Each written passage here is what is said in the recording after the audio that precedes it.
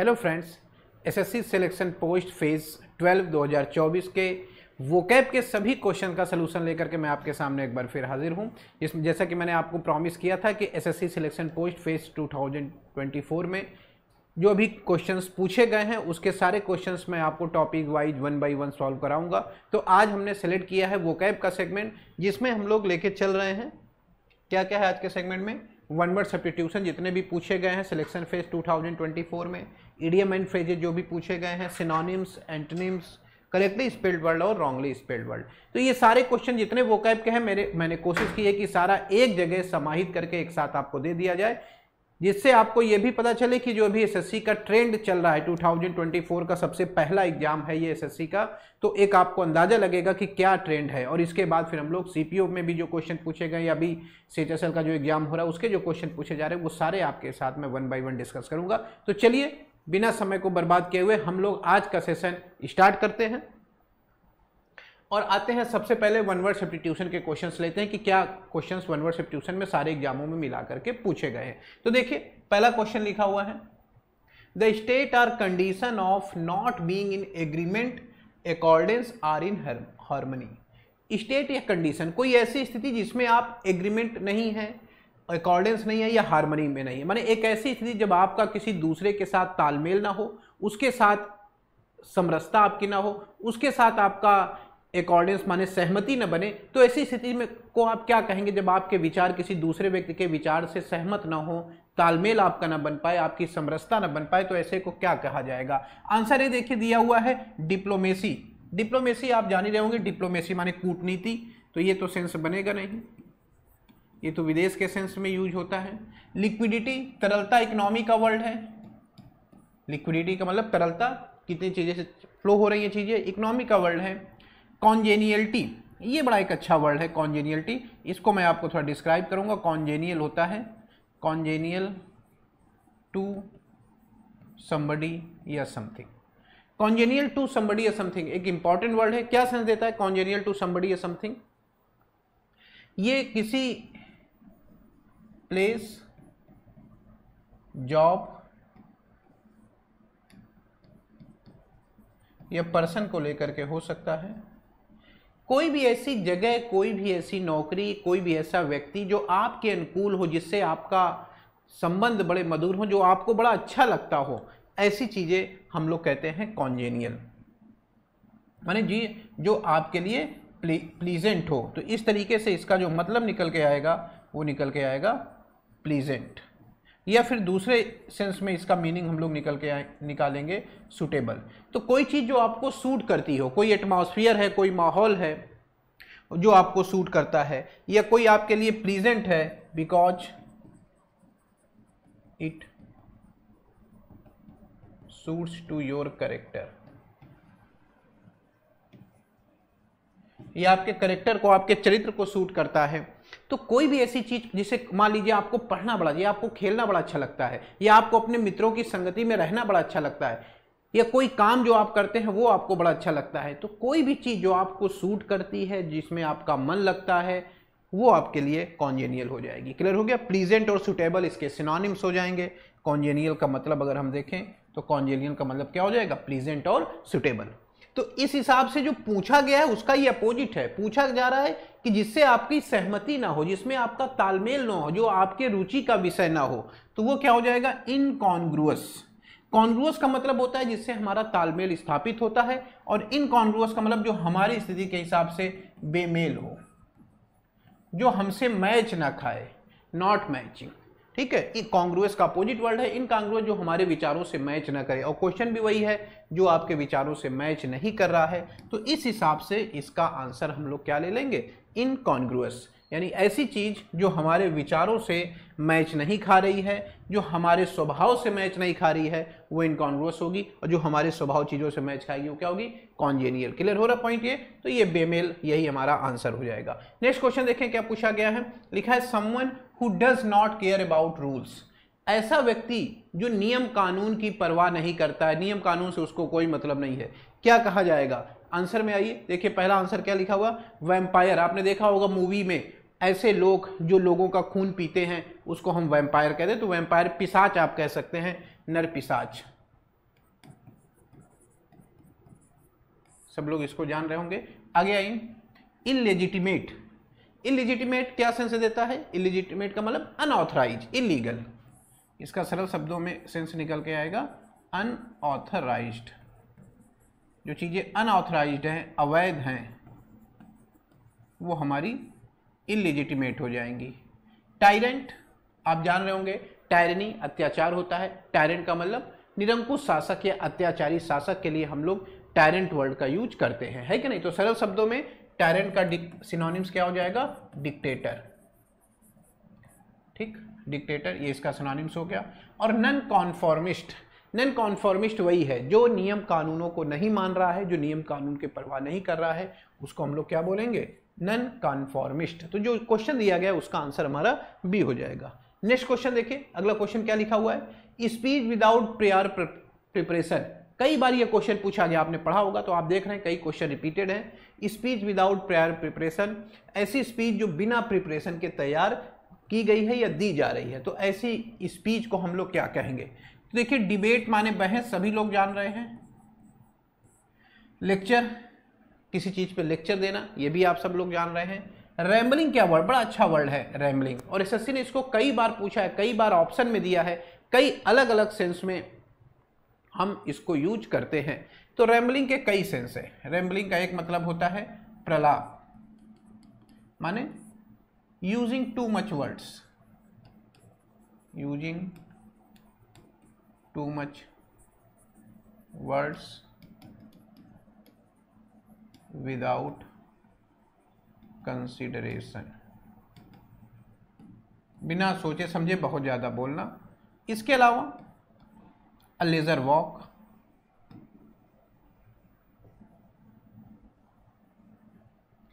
फुर्सत में जो टहलना होता है वो भी रैम्बलिंग कहलाता है। फुर्सत में टहलने के लिए भी हम लोग रैम्बलिंग का यूज करते हैं। तो एक अच्छा वर्ड है जिसको हम लोग ध्यान देंगे। एक्सटेम्पोर क्या होता है? एक्सटेम्पोर वही है जो क्वेश्चन पूछा गया है, ऐसी कोई चीज जो आप बिना प्रिपरेशन के बोल रहे हैं, कहीं पर आपको अचानक से खड़ा कर दिया गया बोलने के लिए, तो वो क्या कहा जाएगा? एक्सटेम्पोर, बिना प्रिपरेशन के दिया गया भाषण। ठीक है, आगे आइए, नेक्स्ट क्वेश्चन देखते हैं। To move into or through something. To move into माने किसी चीज के भीतर या उसमें से होकर के जाना। किसी चीज के, जिसमें मेरा हाथ है, मेरे हाथ में अगर आप पिन चुभोएंगे, सुई चुभोएंगे, तो सुई क्या होगी? मेरे हाथ के अंदर घुसेगी कि नहीं घुसेगी? तो ये क्या हुआ? मूव इनटू, इसके अंदर जा रही है या इसमें से होकर जा रही है। तो ऐसी चीजों को क्या कहते हैं? किसी चीज में से होकर के जाना या उसको भेदना, पेंट्रेट होता है। पेंट्रेट माने भेदना, किसी चीज में से होकर के जाना या उसको भेदना पेंट्रेट कहलाता है कि नहीं? तो यहां पर जो इसका सटीक ऑप्शन बनेगा वो पेंट्रेट ही हो जाएगा। बाकी जो वर्ड है एकदम सिंपल है। देखिए, ट्रांसपेरेंट आप सभी लोग जान रहे होंगे। ट्रांसपेरेंट का मतलब होता है पारदर्शी। क्रॉस करना, किसी चीज को क्रॉस करना, पार करने के सेंस में भी होता है या किसी से क्रॉस क्वेश्चनिंग करने के सेंस में भी हम लोग यूज करते हैं। परपेचुएट, जैसे एक वर्ड लिखा हुआ है परपेचुएट, तो परपेचुएट का क्या सेंस निकल के आता है? किसी चीज को स्थायी कर देना, परपेचुएट कहलाता है। ठीक है, चलिए आगे बढ़ते हैं नेक्स्ट क्वेश्चन की तरफ। सिंपल क्वेश्चन है, ये सब ऑलरेडी रिपीटेड क्वेश्चन है, आप जान रहे होंगे। तो इससे ये भी लग रहा है कि कई क्वेश्चन एसएससी ने रिपीटेड पूछे हैं। The reasons or intentions, reason माने कारण, आर इंटेंशंस अथवा आपके इरादे, that cause a particular set of belief or actions, जो कहीं न कहीं एक विशेष प्रकार के विश्वास, धारणा या कार्य को प्रेरित करते हैं। माने हमारे मन मस्तिष्क का वो कारण या हमारे मन मस्तिष्क की वो चीजें जो हमें विशेष प्रकार के सोचने के लिए, विशेष प्रकार से कार्य करने के लिए, या हमारा जो विश्वास है उसको बनाए रखने के लिए प्रेरित करती हैं, या जिसके कारण हमारी ऐसी चीजें होती हैं, उनको हम क्या बोलते हैं? तो देखिए, पहला तो मोटिव। मोटिव माने किसी चीज का उद्देश्य, पर्पज, पर्पज के सेंस में। थिंकेबल, जिसके बारे में सोचा जा सके। प्रैक्टिकल, व्यवहारिक हो गया, सभी लोग जान रहे हैं व्यवहारिक। राशनल, राशनल क्या सेंस होता है बताइए? राशनल का मीनिंग यही निकल के आएगा कि ऐसी चीजें जो यानी हमारी बौद्धिकता, बौद्धिकता का मतलब हमारे जो विचारों का, सोचने का तरीका है, जो हमारी एक अवधारणा है मन की, जिसके आधार पर, या जो हमारी समझ है किसी चीज को लेकर के, जिसके आधार पर हमारे कार्य डिसाइड होते हैं, जिसके आधार पर हमारा विश्वास डिसाइड होता है, जिसके आधार पर हमारी सोच डिसाइड होती है, तो वो जो हमारी तार्किक क्षमता या हमारी बौद्धिक क्षमता होती है उसको राशनल कहते हैं।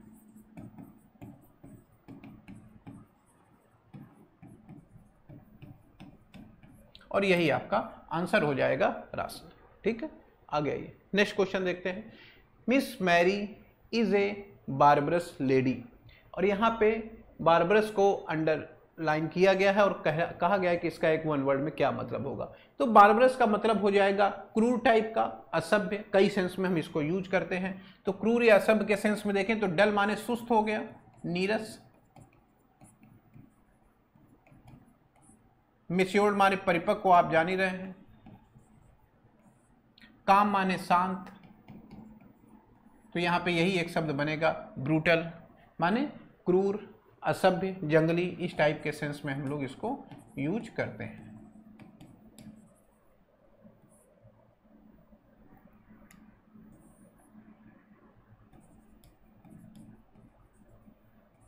चलिए आगे देखते हैं अगला क्वेश्चन।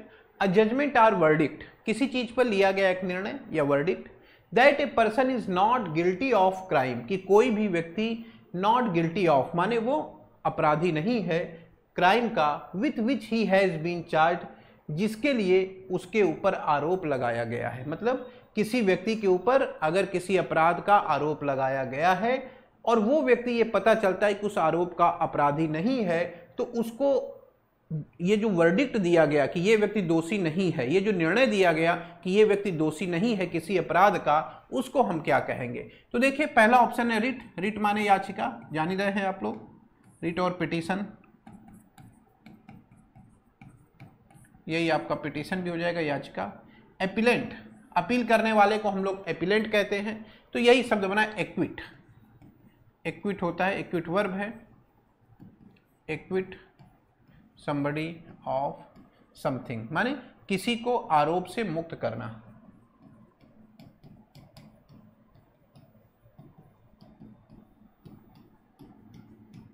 यह फ्री फ्रॉम चार्जेज है कि नहीं, फ्री के सेंस में किसी को आरोप से मुक्त करना एक्विट हो जाएगा, और उसी का नाउन यहां लिखा गया है, देखिए एक्विटल, आरोप से मुक्ति, तो यही हमारा आंसर हो जाएगा सी। नेक्स्ट क्वेश्चन देखिए, she was engage to be married to him, she was engaged to be married, अभी विवाह नहीं हुआ है, सी वॉज इंगेज माने उसकी अभी इंगेजमेंट हुई है, टू बी मैरिड माने भी मैरी हुई नहीं है बल्कि मैरी होगी, विवाह होगा, टू हिम माने उससे। तो क्या हम इसके लिए ले सकते हैं, engage to be married to him. देखिए पहला ऑप्शन देखिए क्या लिखा हुआ, सारे वर्ड अच्छे हैं, जो अच्छे वर्ड जो काम के वर्ड है वो मैं लिख के आपको डिस्क्राइब कर दे रहा हूँ, ये चीज समझिएगा।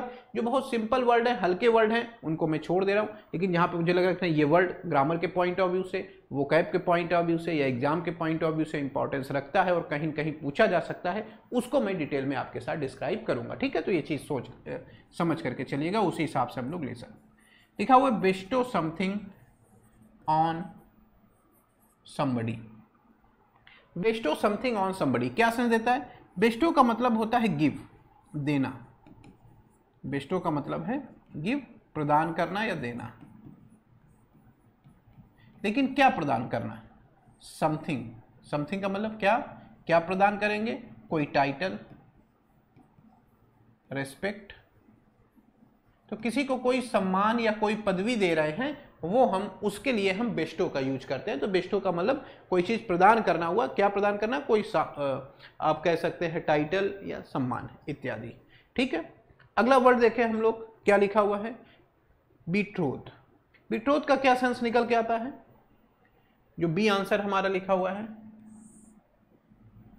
बीट्रोथ का मतलब होता है किसी से प्रॉमिस करना विवाह का, कि भाई नहीं मैंने प्रॉमिस कर लिया, अब मैं आपसे ही शादी करूंगा या करूंगी, इस तरीके से, तो इसको हम लोग बीट्रोथ कहते हैं। और यही क्वेश्चन है कि she was engage to be married to him, माने उसने उससे विवाह करने के लिए क्या किया है, इंगेजमेंट किया है। ठीक है, तो इस हिसाब से बीट्रोथ का मतलब having promise to marry someone, किसी से विवाह का वादा करना, वचन देना कि मैं आपसे विवाह करूंगा। आगे आइए, बैप्टाइज क्रिश्चियन का वो है, ये कोई ऐसा इंपॉर्टेंट वर्ड नहीं है, क्रिश्चियनिटी का वर्ड हो गया, रिलीजियस वर्ड है। अगला देखिए सी ऑप्शन आपका क्या लिखा हुआ है, बिट्रे, बिट्रे का क्या मतलब होता है, बिट्रे का मतलब अपने दैनिक भाषा में आप बोले तो बेवफाई करना है कि नहीं, धोखाधड़ी करना, देश के खिलाफ जाकर के कोई कार्य करना।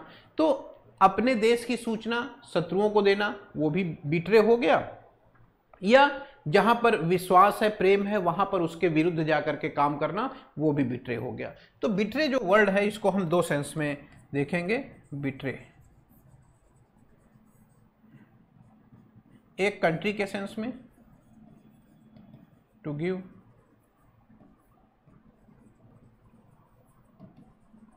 इंफॉर्मेशन टू द एनिमी, शत्रुओं को सूचना देना, एक तो ये बिट्रे हो गया। बिट्रे का दूसरा मतलब हो जाएगा to hurt somebody, to hurt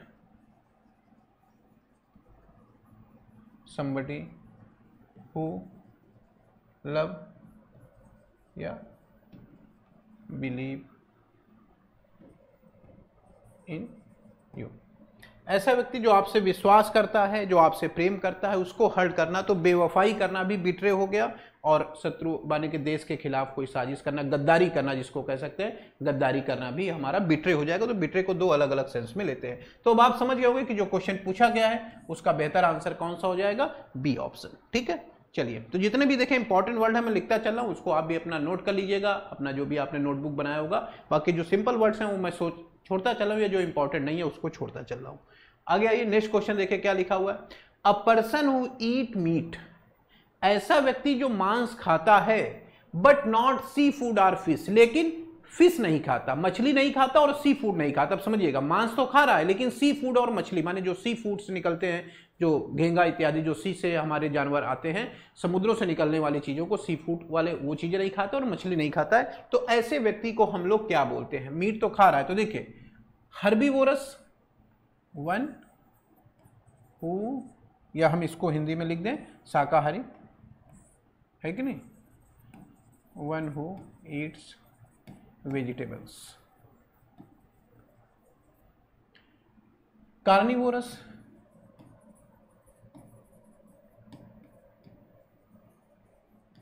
one who eats meat, जो मांस खाता है वो कार्निवोरस हो गया।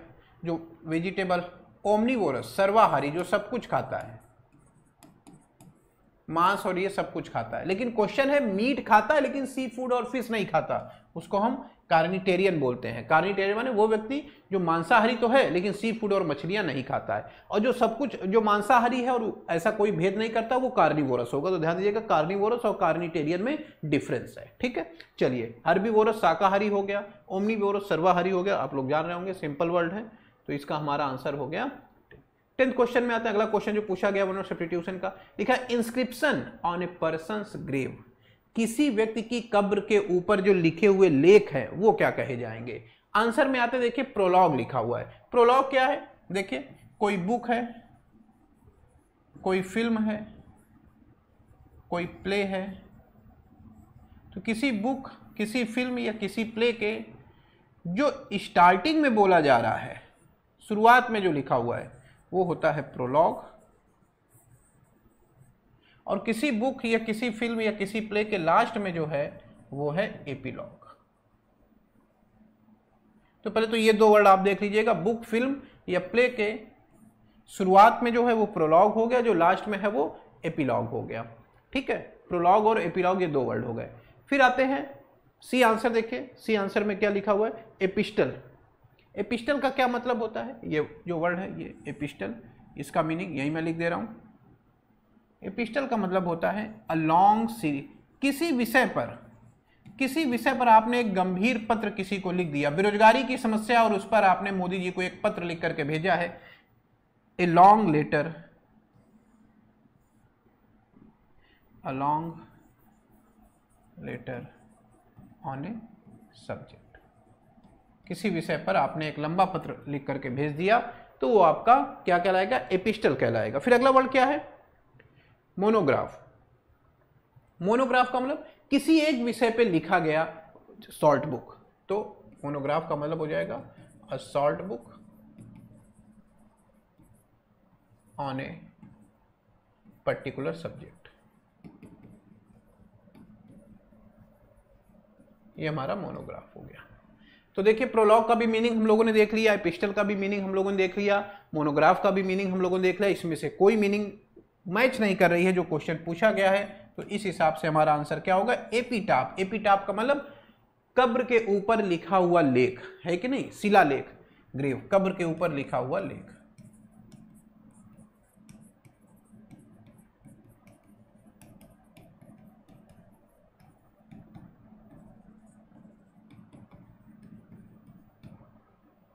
तो इस तरीके से हमारा आंसर कौन सा बनेगा, बी।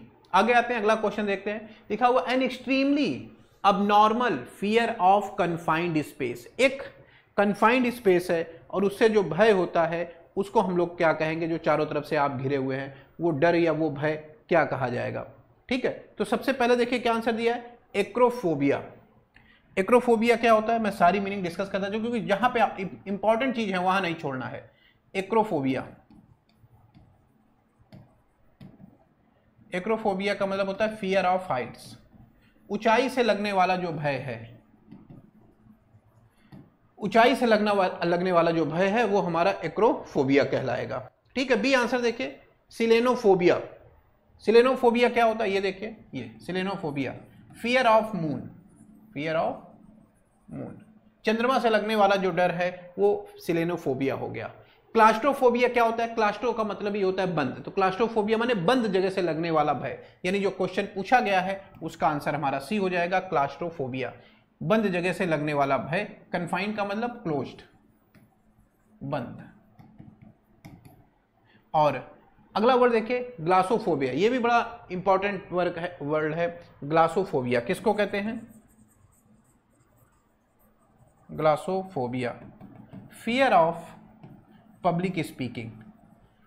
चार यानी एक मीटिंग बैठी हुई है, कई लोग बैठे हुए हैं और उनके सामने खड़े होकर बोलने में बहुत सारे लोगों की आवाज नहीं निकलती है, पैर कांपने लगते हैं, डर लगने लगता है किसी के साथ, चार लोग बैठे उनके सामने बोलने में, तो पब्लिक स्पीकिंग का लगने वाला जो भय है, डर है, उसको हम लोग ग्लासोफोबिया कहते हैं। ठीक है, आगे बढ़ते हैं। नेक्स्ट क्वेश्चन में आप समझ गए होंगे, इसका आंसर हमारा सी है और ये सारे ऑप्शन इंपॉर्टेंट थे इसलिए मैंने लिख दी है, आप जरूर नोट करिएगा अगर नहीं पता होंगे आपको तो।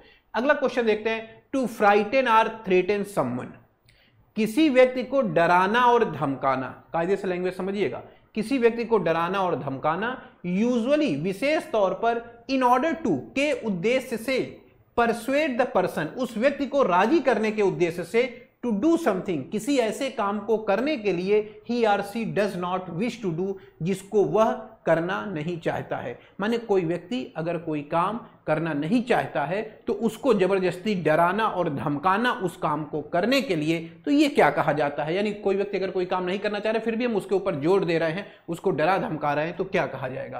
तो ये तो कह रहा है फोर्सलेस, जिसमें फोर्स ना हो, सिंपल वर्ड है। कंपेल, ये एक अच्छा वर्ड है, compel, to force somebody to do something, Hindi में बोलते हैं बाध्य करना, किसी व्यक्ति को कोई कार्य करने के लिए बाध्य करना कंपेल कहलाता है। ठीक है, अथॉरिटेटिव, अथॉरिटेटिव माने एक ऐसी चीज जिसमें आपको लगे कि लोग आपका सम्मान करें और लोग आपको आपके आदेश का पालन करें, जिसमें आपको अपनी हैसियत का अंदाजा हो और आप सामने वाले को अपने से अधीनस्थ या अपने से दबा हुआ या अपने से छोटा समझ रहे हैं, तो ये जो टोन होती है, ये जो शैली है, वो अथॉरिटेटिव कहलाएगी। जैसे फॉर एग्जांपल, अथॉरिटेटिव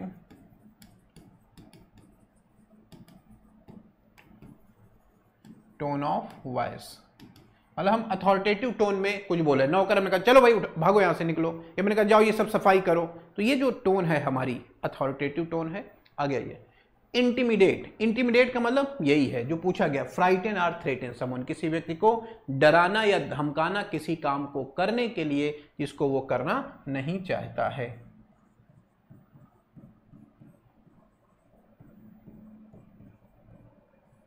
तो इसका सिनोनिम देखिए, फ्राइटन, थ्रेटन, ये सब इसके सिनोनिम्स हो जाएंगे, कर लेंगे। तो यही हमारा आंसर है, डी ऑप्शन।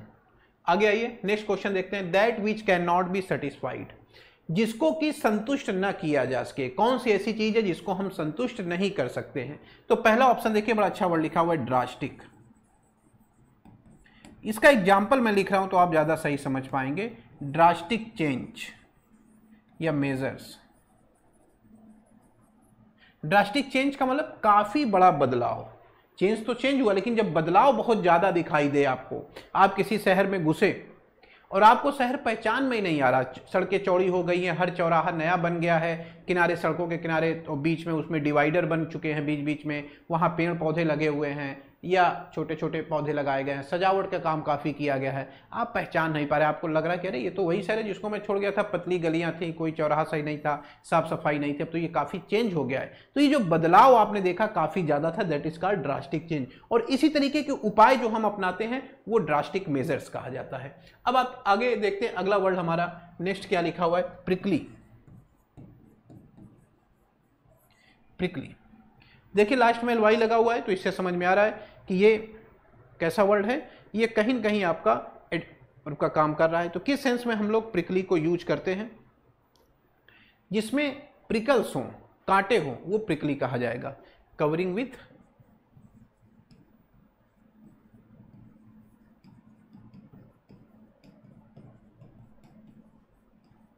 प्रिकल्स, प्रिकल का मतलब कांटे, कांटेदार, तो जिसमें कांटे हों वो चीज प्रिकल्स कहलाती है। कोई चीज जिसमें बहुत सारे कांटे हैं वो प्रिकल्स, कांटे प्रिकल्स हो गए, तो उसी का वर्ड है प्रिकली, माने कांटों से भरा हुआ या जिसमें बहुत सारे कांटे लिखे हुए हैं।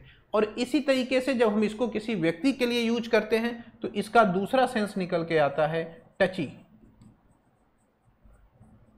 टची का मतलब इजिली अनॉयड, कोई व्यक्ति बहुत सेंसिटिव टाइप का है, छुई मुई टाइप का है, कुछ भी बोलते हैं वो जो है नाराज हो जाता है या बुरा मान जाता है, उसको हम टची बोलते हैं, इजिली अनॉयड। छुई मुई, जैसा छुई मुई का पौधा होता है, आप छुएंगे मुरझा जाएगा, तो ऐसे ही जो लोग थोड़ा सा किसी बात को कहने पे बुरा मान जाते हैं उसको हम लोग टची कहते हैं। या इसका अगला सिनोनिम थ्रॉनी भी होता है।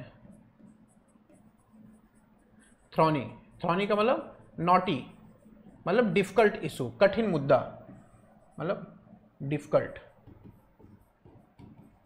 कॉम्प्लेक्स, कोई चीज जो काफी कठिन है, जो उलझी हुई है, उसको भी हम प्रिकली बोलते हैं। तो प्रिकली अलग अलग सेंस में यूज होता है, कांटों से भरा हुआ, बहुत सेंसिटिव टाइप का व्यक्ति जो आसानी से बहुत जल्दी नाराज हो जाता है, या कोई ऐसा मुद्दा जो काफी जटिल है, कॉम्प्लिकेटेड है, वो भी थ्रॉनी कहा जाएगा। प्रिकली हो गया, ड्रास्टिक हो गया। स्टेप बॉर्न, स्टेप बॉर्न माने अड़ियल या जिद्दी,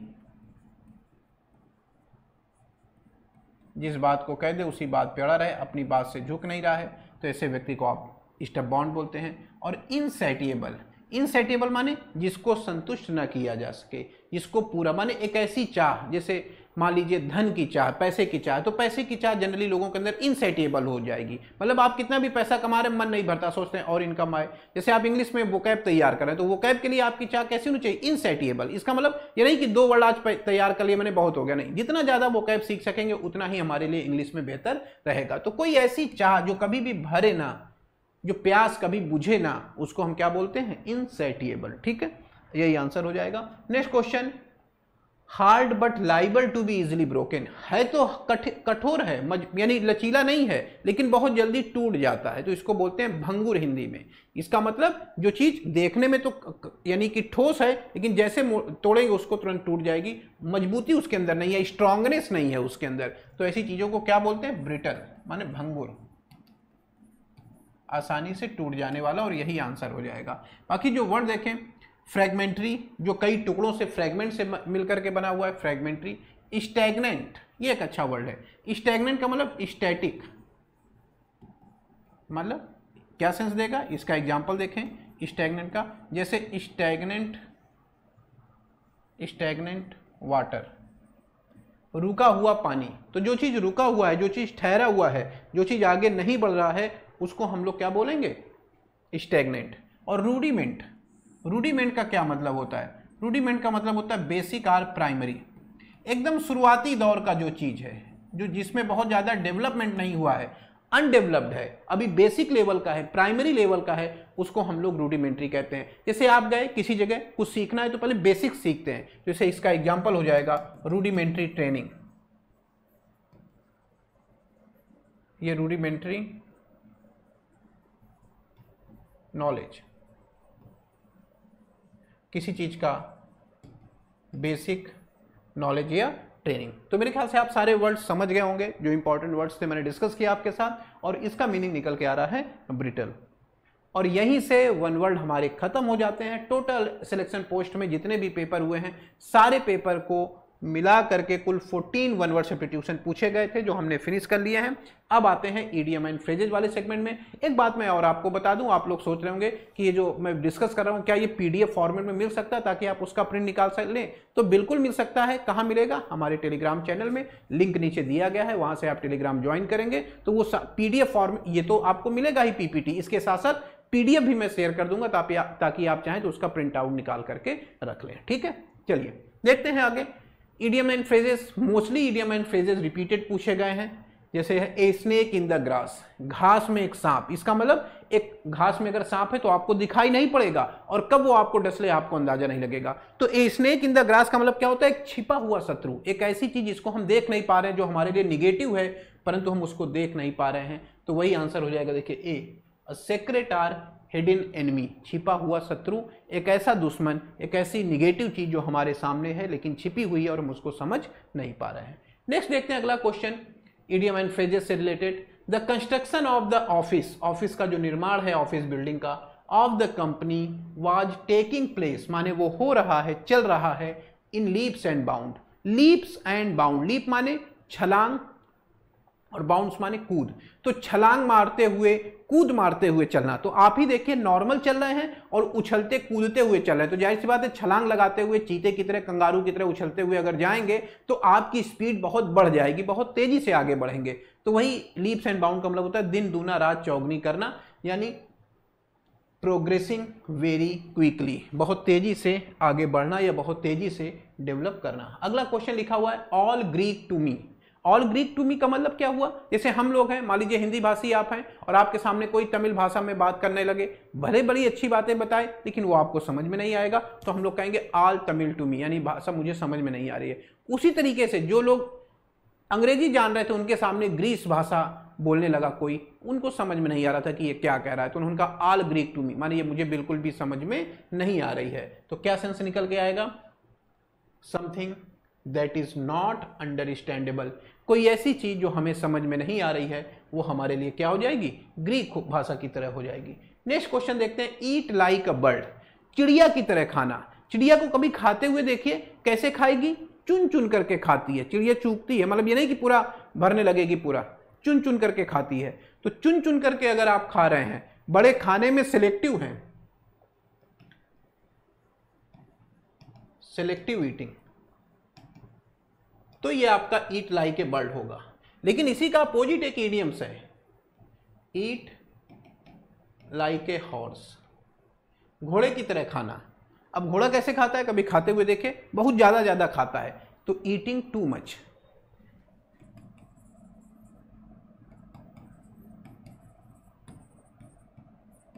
तो ईट लाइक ए हॉर्स या एनिमल, अगर ऐसा इडियम्स पूछा जाता है कि ईट लाइक ए हॉर्स या एनिमल, तो ये ठीक इसका अपोजिट है, बहुत ज्यादा खाना। ईट लाइक ए हॉर्स या ईट लाइक ए एनिमल। लेकिन चिड़िया की तरह खाना माने बहुत कम खाना, चुन करके खाना। तो इसका आंसर क्या हो जाएगा? डी देखिए, ज्यादा सही बनेगा। Pinky is on a diet, Pinky diet पे है। So is too picky about the food she eats, इसलिए वो जो कुछ खाना खाती है उसमें बहुत पिकी है, माने बहुत चुन चुन करके चीजों को खा रही है, बहुत ज्यादा नहीं खा रही। और अपोजिट में देखेंगे तो ईट लाइक ए हॉर्स हो जाएगा। क्लियर हो गया पॉइंट ये? चलते हैं आगे अगले क्वेश्चन की तरफ। एप्पल ऑफ डिस्कॉर्ड, कई बार आपने पढ़ा होगा, डिस्कॉर्ड माने झगड़ा, एप्पल माने सेब, झगड़े का सेब है कि नहीं, तो झगड़े की जड़ हो गई, तो ऐसी वही आंसर हो जाएगा a, matter of dispute. Simple word है, सभी लोग जान रहे हैं, झगड़े की जड़। आगे आते हैं next question, idiom and phrases से related. Although Greta Thunberg gave a moving speech at the UN में उन्होंने बहुत ही बेहतरीन स्पीच दिया about environmental change, environmental damage के बारे में, पर्यावरणीय नुकसान के बारे में। इट कुड, फिर भी ये क्या नहीं कर सका? Break the ice, walk on thin ice, cut no ice और आइसिंग ऑन द केक। 4 अलग अलग वर्ड्स लिखे गए हैं, चारों वर्ड्स की मीनिंग अलग अलग है। हमें यहाँ समझना है कि कौन सा वर्ड्स किस सेंस में यूज हो रहा है और क्या उसका मीनिंग निकल करके आता है। ठीक है, तो बताइए जरा किस वर्ड्स का क्या मीनिंग निकलेगा। सारे वर्ड्स अलग अलग हैं, क्या मीनिंग निकल करके आएगा किसका, देखते हैं। सबसे पहले क्या लिखा हुआ है? Break the ice. Break the ice का मतलब आइस को ब्रेक करना। क्या सेंस देगा? ब्रेक द आइस, इसका मतलब निकल करके आएगा शांति को, यदि कई लोग अगर सभा में बैठे हुए हैं और आपस में बातचीत नहीं कर पा रहे हैं या कोई कुछ बोल नहीं रहा है, एकदम एक शांति बनी हुई, एक तनाव बना हुआ है, तो कोई आदमी जो शुरुआत करता है बातचीत की शैली की, उसको हम ब्रेक द आइस कहते हैं, यानी टू ब्रेक साइलेंस, चुप्पी तोड़ना, टू ब्रेक साइलेंस। फिर अगला क्या लिखा हुआ है, walk on thin ice. Walk on thin ice माने पतली बर्फ पे चलना। अब सोचिए जरा, अगर आइस आपकी, बर्फ आपकी पतली है और उस पर आप चल रहे हैं, और बर्फ के नीचे क्या होगा, पानी होगा, तो अगर पतली बर्फ होगी उसके ऊपर आप चलेंगे तो कभी भी वो बर्फ टूट सकती है, उसकी जो ऊपर की एक सतह आपको दिख रही है, लेयर दिख रही है, वो टूट सकती है और आप नीचे जा सकते हैं। तो वॉक ऑन थिन आइस का मतलब वेरी रिस्की, कोई ऐसा वर्क जो बहुत ज़्यादा रिस्की है उसको हम बोलते हैं walk on thin ice. Cut no ice और be the icing on the cake. Cut no ice, cut no ice माने बर्फ नहीं काट पाए, इसका मतलब प्रयास तो आपने बहुत किया लेकिन वो बर्फ आपसे कटी नहीं। इसका सेंस निकल के आ रहा है कि कोई प्रभाव न पैदा कर पाना, जैसा प्रभाव आप पैदा करना चाह रहे थे उस तरीके से आप प्रभाव पैदा नहीं कर पाए, है कि नहीं। तो हम लोग क्या कहेंगे इसको, have no influence or effect, कोई भी इफेक्ट या इन्फ्लुएंस पैदा न कर पाना। और डी लिखा हुआ है B the icing on the cake. B the icing on the cake माने केक के ऊपर कुछ ऐसा रख दिया जाए जो खाने में और बेहतर लगे। तो केक तो है ही है स्वादिष्ट, उसके ऊपर देखते होंगे आप रखा रहता है, खाने में थोड़ा अच्छा लगता है, तो क्या हो जाएगा, आइसिंग ऑन द केक माने सोने पे सुहागा, हिंदी में कह सकते हैं सोने में सुहागा, माने एक एक्स्ट्रा बेनिफिट। क्लियर हो रहा पॉइंट कि नहीं, किसी चीज का एक एक्स्ट्रा बेनिफिट हमारा सोने पर सुहागा हो जाएगा। इंग्लिश में चाहे तो इसको एक्स्ट्रा बेनिफिट हम लोग कह सकते हैं।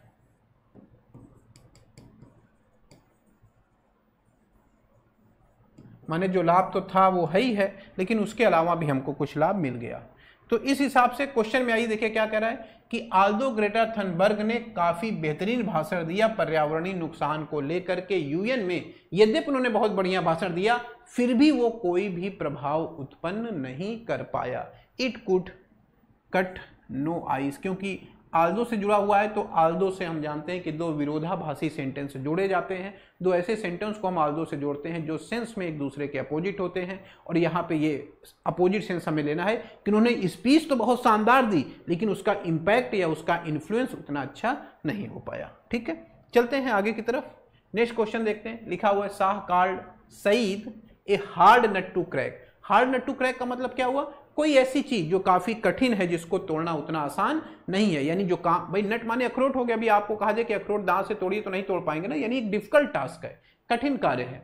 तो कौन सा हो जाएगा, someone who is difficult to deal with, माने कोई ऐसा व्यक्ति जिसको डील करना आसान नहीं है, कठिन कार्य है। Select the most appropriate meaning of the underline idioms. यहां देखते हैं, he wanted to be a professional basketball player. वो एक प्रोफेशनल बास्केटबॉल प्लेयर बनना चाहता था, बट लेकिन गिवन हिज हाइट, उसकी लंबाई को ध्यान में रखते हुए, लक वाज अगेंस्ट हिम, भाग्य उसके विरुद्ध था। तो भाग्य का किसी के खिलाफ होना, क्लियर हो रहा पॉइंट कि नहीं, भाग्य का किसी के खिलाफ होना, इसका मतलब आप तो सब कुछ सही कर रहे हैं, आप मेहनत भी कर रहे हैं, सारी काम कर रहे हैं, लेकिन जो समय है, परिस्थिति है, काल है, ईश्वर की जो मनसा है वो आपके अनुकूल न होकर के आपके प्रतिकूल है। तो इस हिसाब से ऑप्शन पढ़िए जरा, A B C D, 4 option दिए गए हैं, तो कौन सा ऑप्शन ज्यादा सही यहां पे बैठेगा। ए कह रहा his principles were against him, उसके सिद्धांत उसके विरुद्ध हैं। बी कह रहा बाल वाज अगेंस्ट हिम, गेंद उसके विरुद्ध है। सी कह रहा उसका स्वास्थ्य उसके फेवर में नहीं। और डी कह रहा the cards were stacked against him, जो पत्ते थे ताश के वो उसके खिलाफ हो गए। तो यही हो जाएगा कि भाग्य का विपरीत हो जाना, cards were stacked against him. तो ये इडियम्स भी आपको ध्यान रखना है, cards were stacked against someone, ये इडियम्स है, cards were stacked against someone, माने परिस्थिति, समय या भाग्य या परिस्थिति का विपरीत होना। आगे आइए, next question. No one even thought that Sheela success, किसी ने भी सोचा नहीं था कि जो शीला की सफलता है would bust the bubble. Bust the bubble, bubble माने क्या होता है, किसी चीज का बबल, बबल का, जैसे गुब्बारे का एक बबल, गुब्बारा कह सकते हैं। गुब्बारा बहुत बड़ा गुब्बारा है, लेकिन आप उसके अंदर क्या है, जो बबल ये गुब्बारा दिख रहा है आपको, गुब्बारे के अंदर क्या है, कुछ नहीं है, एकदम खाली हवा है। हल्का सा सुई चुभोएंगे तो ये जो इतना बड़ा आकार आपको दिख रहा है वो फूट करके खत्म हो जाएगा, कुछ उसके अंदर बचेगा नहीं, कुछ है ही नहीं, केवल वो हवा है अंदर भरी हुई है। बहुत बड़ा गुब्बारा आप देख रहे हैं, लेकिन हवा है, केवल सुई चुभोएंगे सब खत्म, कुछ नहीं है। तो वही वो करा, bust the bubble. Bust the bubble का मतलब वो जो आपको बहुत बड़ा दिख रहा है, बहुत विस्तृत दिख रहा है, बहुत बृहद दिख रहा है, वास्तव में कुछ नहीं, वो उसी बबल की तरह फूट जाएगा। इसका मतलब क्या हो जाएगा, अचानक से सब कुछ खत्म हो जाना, कुछ भी नहीं बचेगा। गुब्बारे में सुई लगाइए, इतना बड़ा गुब्बारा है, अचानक से एकदम खत्म। C answer, suddenly end. Dinisha visit her mother once in a blue moon. Once in a blue, once माने कभी कभार, ब्लू मून माने नीले चंद्रमा में। तो नीले चंद्रमा में कभी कभार का मतलब अक्सर जो काम नहीं होता, जिसे हिंदी में हम लोग कहते हैं ईद का चांद होना, है कि नहीं, बहुत कम दिखाई देना, वेरी रेयरली। डी आंसर ले लेंगे। कोई चीज बहुत कम घटित हो रही है, बहुत कम दिखाई दे रही है, उसको हम लोग बोलेंगे once in a blue moon. आगे बढ़ते हैं और यहां से देखिए इडियम्स एंड फ्रेजेस के क्वेश्चन भी हमारे फिनिश हो जाते हैं। अब हम लोग आ चुके हैं सिनोनिम्स वाले सेगमेंट में। आप समझ रहे होंगे, वन वर्ड सब्स्टिट्यूशन हम लोगों ने डिस्कस कर लिया।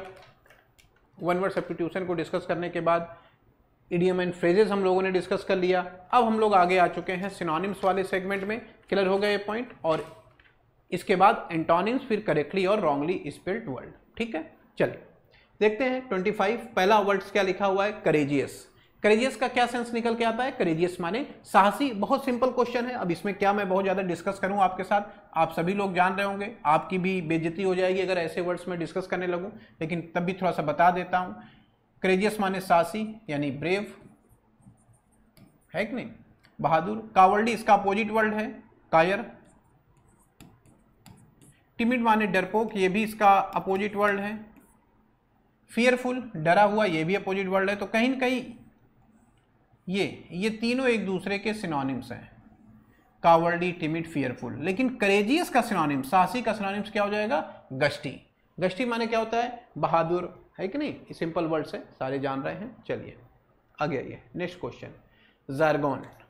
जार्गन का क्या सेंस होता है, जार्गन माने किसी भी क्षेत्र विशेष की पर्टिकुलर टर्मिनोलॉजी। जैसे अगर आप मेडिकल सेगमेंट में जाएंगे, डॉक्टरी के पेशे में जाएंगे, तो कुछ ऐसे शब्द हैं, शब्दावलियां हैं या वर्ड्स हैं जो डॉक्टरी पेशे में ही यूज होती हैं। अगर आप लीगल, कानूनी उसमें जाएंगे तो कुछ ऐसे वर्ड्स हैं जो लीगल प्रोफेशन में ही यूज होते हैं। अगर आप कंप्यूटर की भाषा में आते हैं तो कुछ ऐसे वर्ड्स हैं जो कंप्यूटर की भाषा में ही यूज होते हैं। तो जार्गन का मतलब हो जाएगा टेक्नोलॉजी यानी टर्मिनोलॉजी, शब्दावली। तो हम लोग जैसे एग्जाम्पल में कह सकते हैं कि मेडिकल, लीगल या कंप्यूटर जार्गन माने उसकी शब्दावली।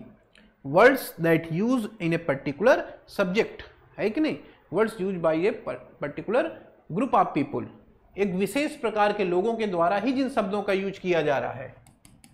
Words used by a particular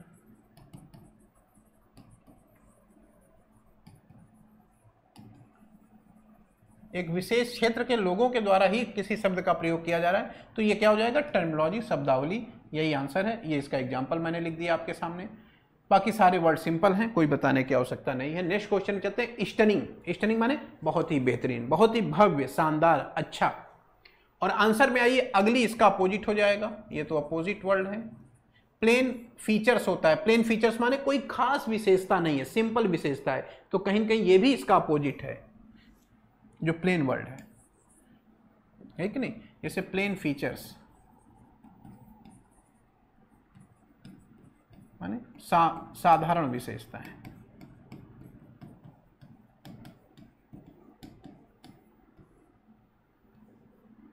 कोई खास उसमें विशेषता नहीं है, तो प्लेन हो गया। हाइडियस, छिपा हुआ। तो इस तरीके से अगली और प्लेन ये दोनों अपोजिट हैं किसके, स्टनिंग के। स्टनिंग के अपोजिट वर्ड है ये, लेकिन स्टनिंग का मतलब शानदार, बेहतरीन, आकर्षक, भव्य, इस टाइप से। और इस तरीके से गॉर्जियस इसका सही सिनोनिम्स हो जाएगा। आंसर हमारा क्या हो जाएगा, डी। क्लियर है पॉइंट ये। चलिए आगे आते हैं नेक्स्ट क्वेश्चन में, वार्म। वार्म का देखते हैं। वार्म का मतलब सभी लोग जान रहे हैं, वार्म माने गर्म भी होता है कि नहीं, वार्म माने गर्म। आंसर में आते हैं, एमिकेबल पहला ऑप्शन है, दूसरा है अनकाइंड, तीसरा है मीन और चौथा है हॉस्टाइल। इंग्लिश में होता क्या है कि कोई वर्ड कई अलग अलग सेंस में यूज होता है, तो अगर कोई जरूरी नहीं कि जब हम किसी वर्ड्स का हम कोई मीनिंग जान रहे हैं तो उसी मीनिंग में वो यूज हुआ हो। जैसे वार्म माने गर्म होता है, लेकिन यहाँ वार्म का मतलब गर्म से नहीं है। यहाँ वार्म हम नॉर्मली ऐसी चीज़ों के लिए करते हैं जो मिलनसार है, जैसे वार्म वेलकम, किसी का वेलकम बहुत वार्म किया गया, इसका मतलब बहुत ही अच्छे तरीके से उसका स्वागत किया गया। तो वार्म जो शब्द है गर्माहट को दर्शाता है, जैसे रिश्तों में गर्माहट है, तो रिश्तों में गर्माहट का मतलब आपके जो संबंध है वो दोस्ताना है, वो फ्रेंडली है, अच्छे रिलेशन आपके बने हुए हैं। क्लियर हो रहा पॉइंट ये? तो इस तरीके से आगे आते हैं। वार्म का मतलब फ्रेंडली, मिलनसार, इस टाइप से हम लोग इसको समझेंगे।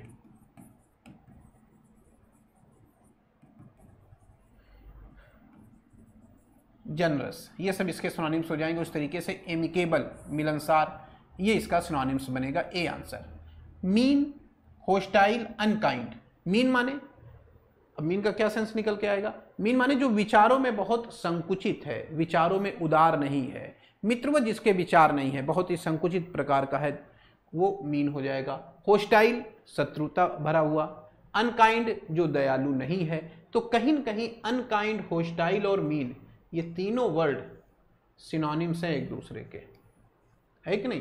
ये तीनों वर्ड एक दूसरे के सिनोनिम्स हो जाएंगे और जो क्वेश्चन पूछा गया उसके अपोजिट हो जाएंगे, लेकिन वार्म का सिनोनिम्स हमारा एमिकेबल हो जाएगा।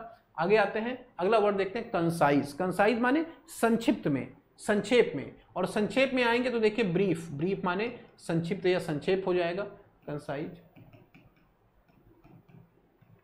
संक्षिप्त। ग्रीफ माने दुख, सभी लोग जान रहे होंगे, अब ये सिंपल वर्ड है, क्या मैं बताऊं। रिलीफ माने आराम, किसी चीज से राहत। बिलीफ माने विश्वास। ये सारे वर्ड्स आप जान रहे हैं, इनको बताने की, डिस्कस करने की आवश्यकता नहीं है।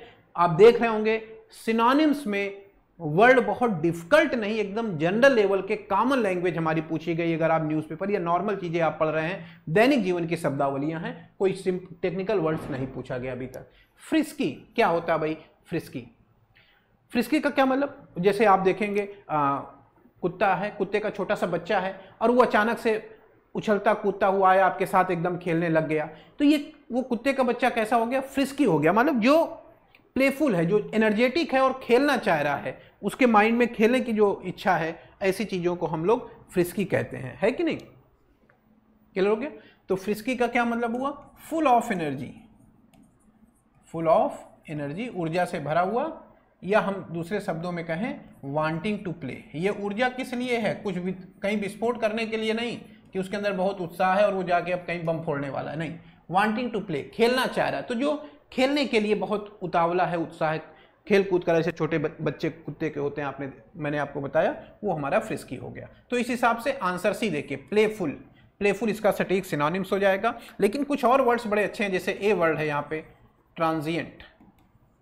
ये कई बार एसएससी ने इसको पूछा है, ट्रांजिएंट वर्ड को। तो ट्रांजिएंट का क्या मतलब होता है? ट्रांजिएंट का मतलब fleeting, fleeting, temporary, short lived,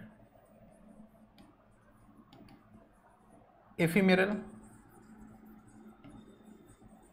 मतलब कम समय का, अस्थायी। किसी चीज का नेचर, स्वभाव, प्रकृति ऐसी है कि वो हमेशा नहीं रहने वाला है, थोड़े समय में ही समाप्त हो जाएगा, कम समय की उसकी जीवन अवधि है, उसका जीवन काल है, ऐसी चीज़ों को हम ट्रांजिएंट कहते हैं। ऐसा नेचर ट्रांजिएंट कहलाता है, ऐसी विशेषताएं ट्रांजिएंट कहलाती हैं। फ्लीटिंग वही हो जाएगा, वही टेम्परेरी हो जाएगा, वही शॉर्ट लिव्ड हो जाएगा, वही इफिमेरल हो जाएगा। ये सारे वर्ड बड़े इंपॉर्टेंट हैं, एसएससी अक्सर पूछती रहती है, आपको ध्यान देना है इस पर।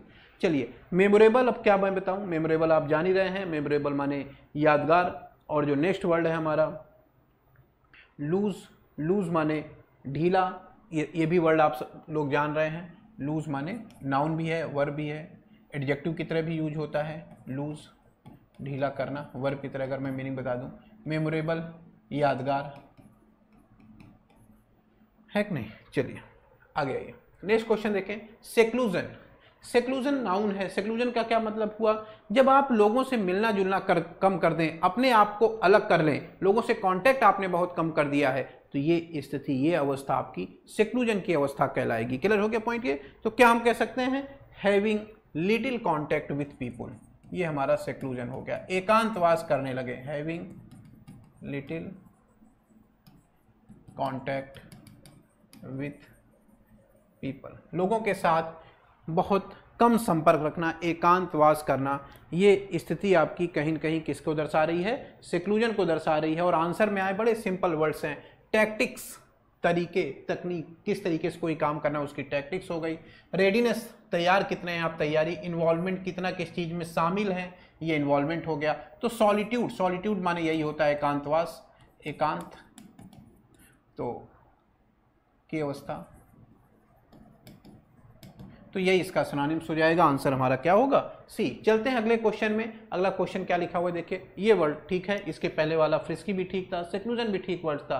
फेलिसिटी क्या सेंस देता है, फेलिसिटी, फेलिसिटी कई अलग अलग सेंस में हम लोग यूज करते हैं, लेकिन कोई चीज़ जिसको आपने सही चुना, सही डिसीजन लिया और वो काफ़ी सफल भी है, उसको हम फेलिसिटी कहते हैं। यानी सरल शब्दों में कहें तो वेल चूजन और सक्सेसफुल,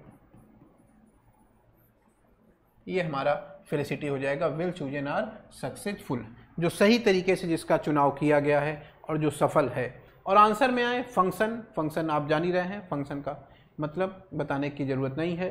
फेलो बीइंग साथी हो जाएगा। हैप्पीनेस खुशियों को दर्शा रहा है, और ये तो वर्ड्स आपके होंगे नहीं, बताइए। तो इस हिसाब से अगर हम लोग देखें आंसर में, तो कौन सा आंसर हमारा ज़्यादा सटीक बन रहा है, एक ही आंसर है जो ज़्यादा सटीक बन रहा है, कौन सा, वो हैप्पीनेस, और तो कोई आंसर बनेगा नहीं। सी तो इसका अपोजिट हो जाएगा। एंग्विश क्या सेंस देता है, एंग्विश का मतलब पेन, अनहैप्पीनेस, है कि नहीं, मानसिक कष्ट, दुख, तकलीफ, एंग्विश कहलाती है। तो एंग्विश उसका ठीक अपोजिट वर्ड हो जाएगा अगर हम लोग देखें। Pain, unhappiness, suffering, mental suffering, ये सब इसके सिनोनिम्स हैं। किसके, एंग्विश के। एंग्विश का मतलब आपका पेन हो गया, अनहैप्पीनेस हो गया, सफरिंग्स हो गई, कष्ट, तनाव, दुख, दर्द, ये सारा एंग्विश हो जाएगा। फेलिसिटी, वेल चूजन, सक्सेसफुल या हैप्पीनेस, दुख यानी सफलता हो, प्रसन्नता हो, जहाँ पे आपको अपनी डिसीजन सही लगे। तो इस हिसाब से इसका सिनोनिम्स हमारा है बी, हैप्पीनेस। और अगर इसका अपोजिट लेना है, इसका अपोजिट लेना है, तो ये देखिए सी आंसर में अपोजिट लिखा हुआ है, एंग्विश। क्लियर हो गया पॉइंट ये। तो हैप्पीनेस इसका सिनोनिम्स हो जाएगा, एंग्विश इसका अपोजिट होगा, हमें सिनोनिम्स लेना है, इसलिए आंसर हमारा बी होगा। ठीक है, नेक्स्ट आते हैं, अगला वर्ड देखिए क्या लिखा हुआ है, इम्बेजलमेंट। मेंट लिखा हुआ है, इसका मतलब ये नाउन हो गया, और इसकी वर्ब बनाएंगे तो इम्बेजल बनेगी। क्या मतलब देता है इम्बेजल का, मतलब सरकारी पैसे को अपने यूज में ले लेना, माने वो पैसा जो आपके नियोक्ता का है, the money that is belongs to your employer, use this money, उस मनी को अपने प्रयोग में आप ले लेते हैं, अपने नियोक्ता की, अपने मालिक की पैसे को आप खुद यूज कर लेते हैं, तो वो इम्बेजलमेंट कहलाता है। माने गबन करना, हिंदी में हम कह सकते हैं वर्ब के रूप में, और नाउन के रूप में इसका मतलब होगा गबन या धोखाधड़ी।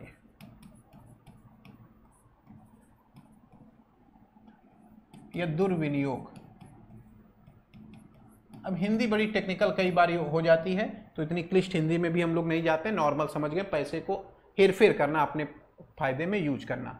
आंसर में है मैनेजमेंट, माने प्रबंधन, आप जान ही रहे हैं। कंफ्यूजन, किसी चीज में लेकर के कंफ्यूज हो जाते हैं, माने डाउट, संदेह हो गया। मिस एप्रोप्रिएशन, ये आपका सटीक इसका सिनोनिम्स है, मिस एप्रोप्रिएशन, धन का दुर्विनियोग, यानी पैसे को, जो कि सरकारी खजाने का पैसा है या आपके मालिक का पैसा है या आपके एम्प्लॉयर यानी नियोक्ता का पैसा, और उसको अपने फायदे में यूज कर लेना, इम्बेजलमेंट या मिस एप्रोप्रिएशन हो जाएगा। ये नाउन है दोनों, ध्यान दीजिएगा। इसका वर्ब बनाएंगे तो मिस एप्रोप्रिएट होगा, इसका वर्ब बनाएंगे तो इम्बेजल हो जाएगा। ठीक है, इम्बेजल की वर्ब, इम्बेजलमेंट की वर्ब बनेगी इम्बेजल। ठीक, आगे आइए, सी आंसर देखिए, सी में क्या लिखा हुआ है, डिस्पोजिशन। क्या सेंस देता है भाई डिस्पोजिशन?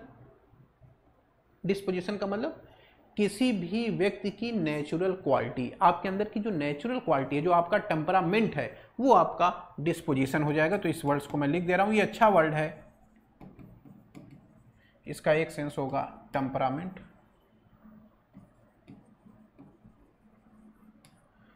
यानी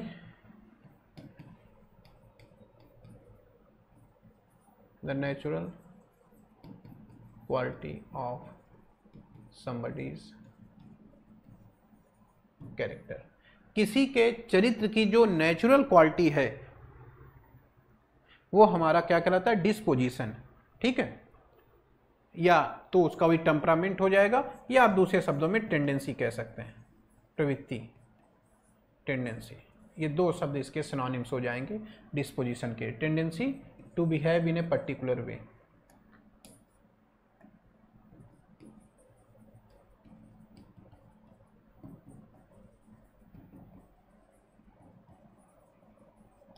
तो ये सिनोनिम्स भी मैंने लिख दिया और उसका डिटेल मीनिंग भी लिख दिया। डिस्पोजिशन वो मानसिक अवस्था, वो आपका टेम्परामेंट, वो आपकी प्रवृत्ति, आपकी अभिरुचि, जिसके आधार पे आप कोई काम करते हैं, जो आपकी नेचुरल क्वालिटी है कि कुछ भी कहा जाए लेकिन आप रिएक्ट उसी तरीके से करेंगे, आप व्यवहार आप उसी तरीके से करेंगे। तो ये जो आपका मूल स्वभाव है, आप कह सकते हैं जो आपका मूल स्वभाव है वो डिस्पोजिशन हो जाएगा।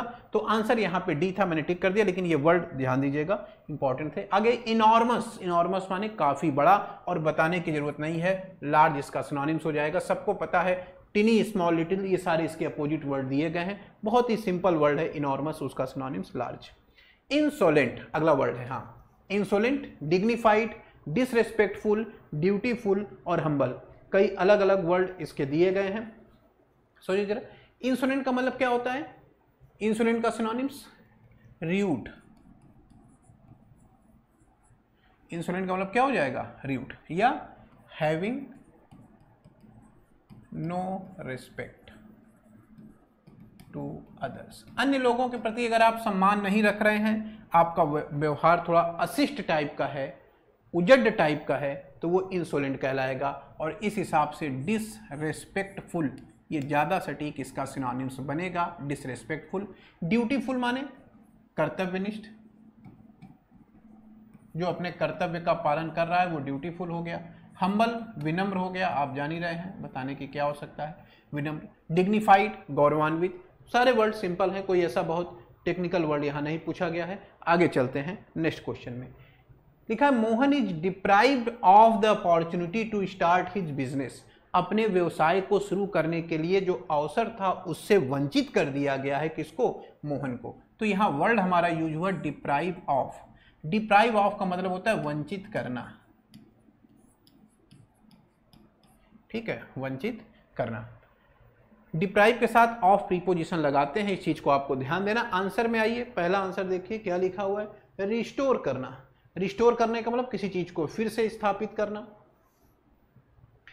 बी आंसर देखिए, रिन्यूअल, किसी चीज को फिर से नया करना। आपका लाइसेंस का समय अवधि खत्म हो गई है तो आप अपने लाइसेंस का क्या कराएंगे? रिन्यूअल कराएंगे, पुनर्नवीनीकरण कराना। रिकंस्ट्रक्ट, मकान गिर गया है, कोई हिस्सा मकान का टूट के गिर गया, अब उसको दोबारा से बनाया जाएगा। अभी जैसे दिल्ली में देखा आपने, एयरपोर्ट की छत गिर गई थी, तो अब उसको क्या किया जाएगा? वैसे ही थोड़ी छोड़ दिया जाएगा, उसको रिकंस्ट्रक्ट किया जाएगा, पुनर्निर्माण करना। तो फिर से किसी चीज को स्थापित करना, फिर से नया बनाना, पुनर्निर्माण करना। और सी आंसर हमारा देखिए दिया हुआ है डाइवेस्टेड। क्या मतलब निकल के आता है? डाइवेस्ट का वर्ब है, उसी से एडजेक्टिव बनाया गया है। डाइवेस्ट का मतलब होता है to get rid of something। get rid of something माने किसी चीज से छुटकारा पाना, डाइवेस्ट कहलाता है। या फिर हम इसको यूज करते हैं टू रिमूव क्लोथ, कपड़े उतारने के सेंस में भी डाइवेस्ट यूज होता है, टू रिमूव क्लोथ्स, ठीक है, यानी किसी चीज को हटाना या उससे छुटकारा पाना। और वही डिप्राइव ऑफ है, वंचित करना। तो इस हिसाब से डिप्राइव ऑफ का सिनोनिम्स क्या हो जाएगा? डाइवेस्टेड, ठीक है। चलें आगे की तरफ। आगे देखें अगला वर्ड क्या लिखा हुआ है, सीज। सीज करने का मतलब क्या होता है? किसी चीज को सीज करना। इसका मतलब हुआ कि इसको स्टॉप कर देना, उसको बंद कर देना, उसको रोक देना, ये सीज कहलाता है। तो सीज का मतलब हो जाएगा टू स्टॉप, किसी चीज को क्या करना? बंद कर देना। फिनिश, समाप्त करना। तो इस हिसाब से कंक्लूड, किसी चीज का समापन करना। जैसे मेरी क्लास चल रही है, अभी तो नहीं मैं फिनिश करूंगा, अभी तो है भाई एंटोनिम चल रहा है, सॉरी सिनोनिम चल रहा है, फिर एंटोनिम चलेगा। तो अभी ये क्लासें चलेंगी, अभी मैं कंक्लूड नहीं करने वाला हूं, लेकिन एक लास्ट में जाकर के कंक्लूड करूंगा, यानी फिनिश करूंगा। तो इस तरीके से इसका सिनोनिम्स हो जाएगा। कमेंस, कमेंस का मतलब होता है स्टार्ट, यानी शुरुआत करना। कमेंस जो वर्ड है उसका मतलब होगा स्टार्ट यानी शुरुआत करना।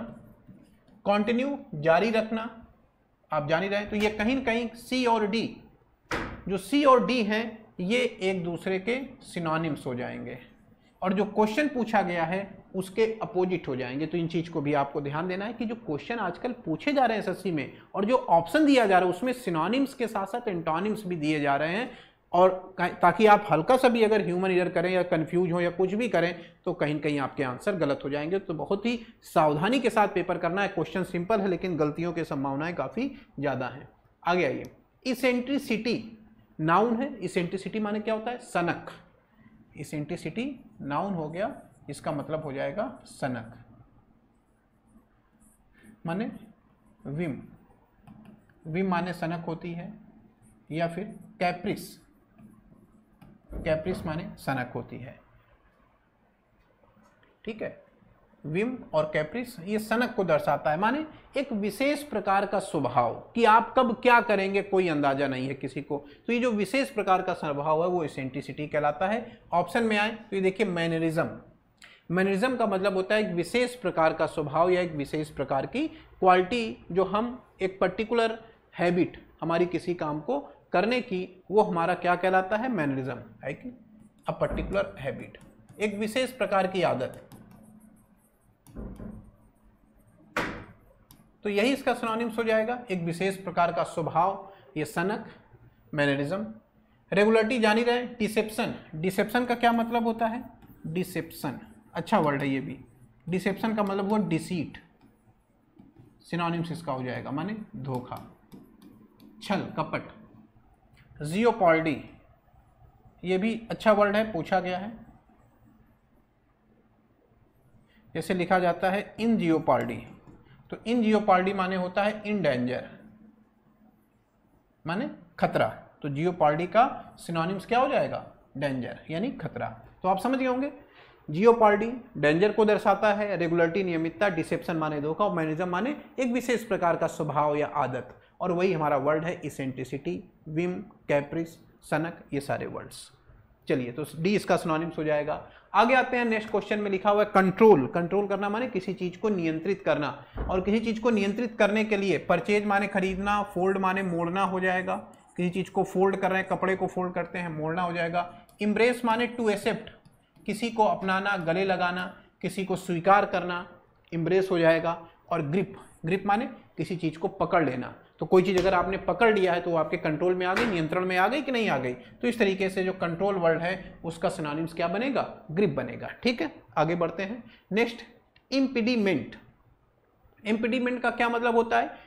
का मतलब किसी चीज में बाधा या रुकावट, है कि नहीं? इम्पीडिमेंट माने बाधा या रुकावट। और इस हिसाब से सिनोनिम्स इसका हम लोग ले लेंगे हिंड्रेंस। हिंड्रेंस इसका सिनोनिम्स हो जाएगा। और आंसर में आ जाए जरा, देखें जरा। बेनिफिट माने लाभ, एक्सपेरिमेंट प्रयोग होगा, पेडिस्ट्रियन पदयात्री, पैदल चलने वाले जो लोग हैं उसको पेडिस्ट्रियन कहा जाता है, पदयात्री। ऑब्स्टेकल बाधा या रुकावट।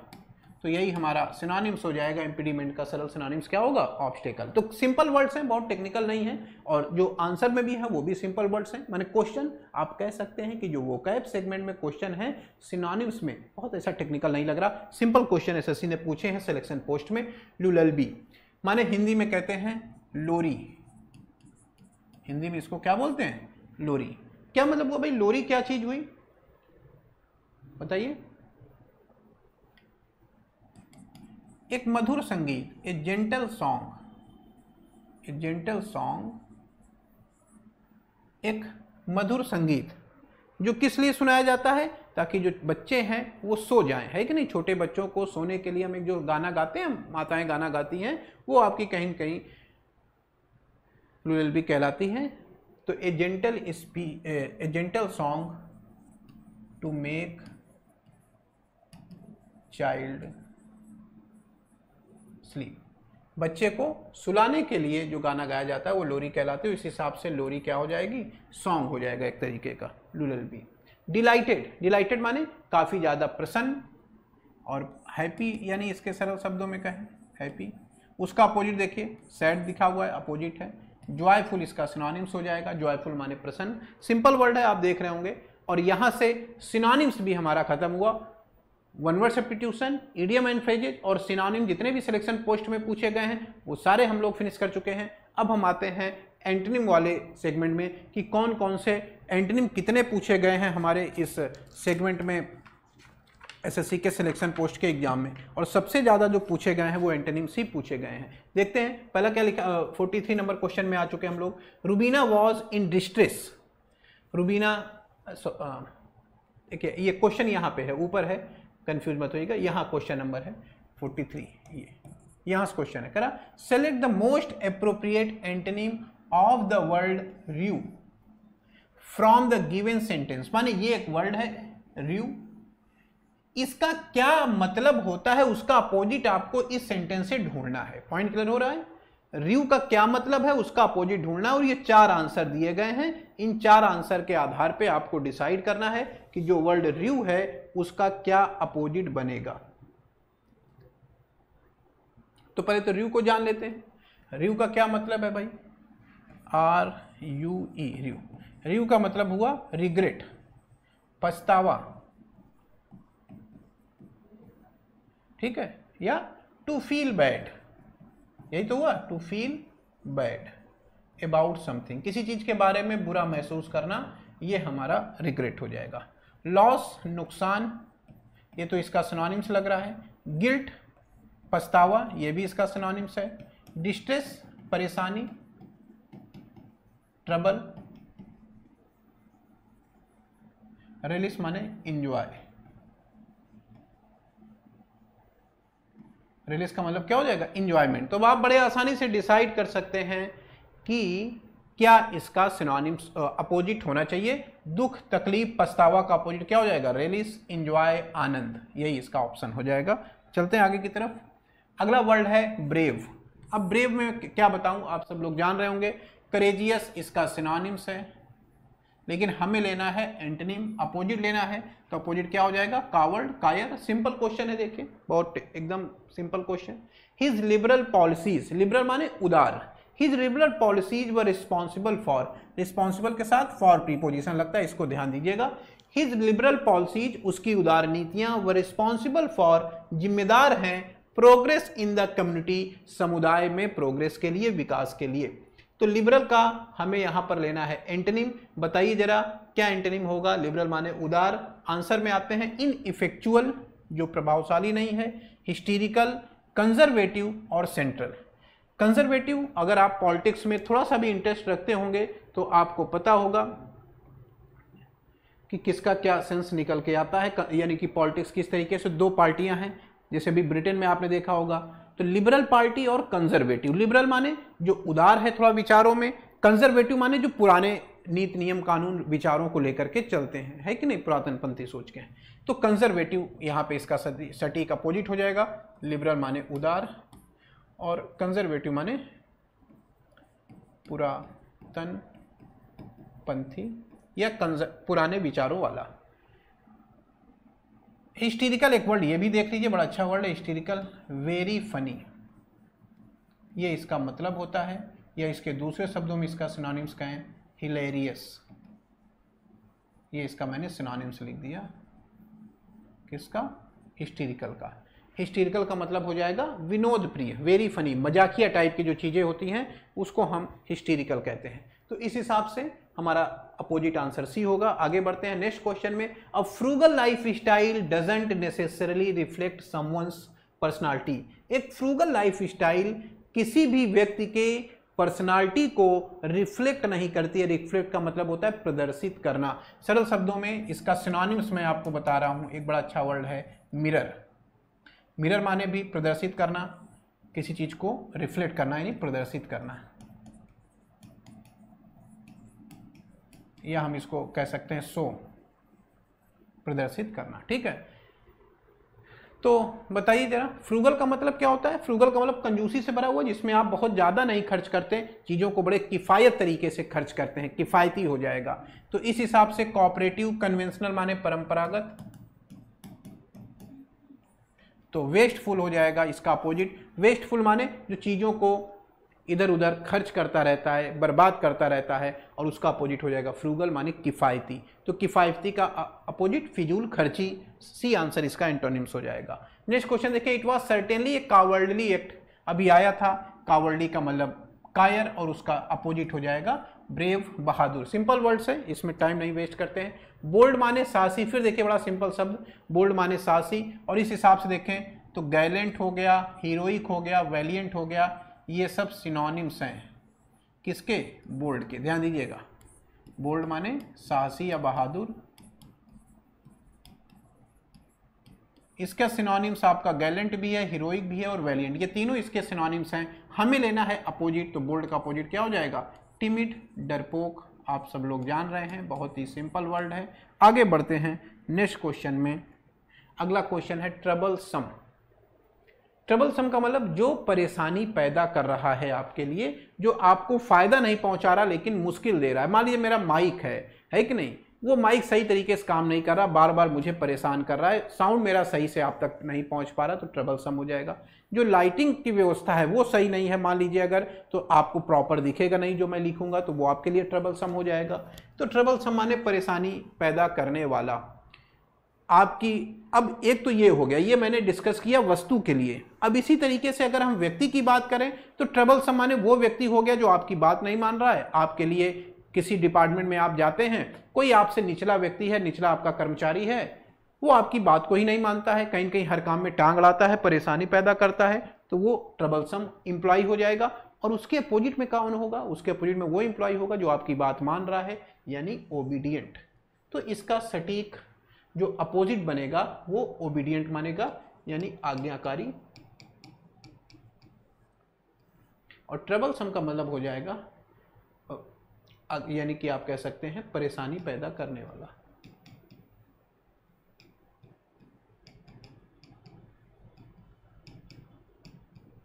या आज्ञा का पालन न करने वाला।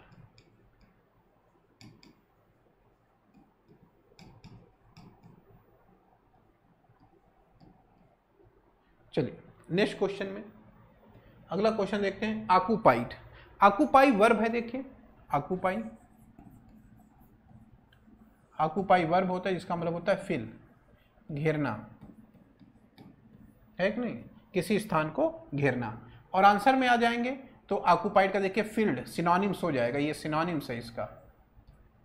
वैकेंट, ऑक्युपाइड माने स्थान घेरना, वैकेंट माने खाली करना, तो ये इसका अपोजिट हो जाएगा वैकेंट। ऑक्युपाइड माने घिरा हुआ, भरा हुआ, और उसका अपोजिट हम लोग देखेंगे तो उसका अपोजिट क्या हो जाएगा? वैकेंट, यानी जो चीजें क्या है? खाली है।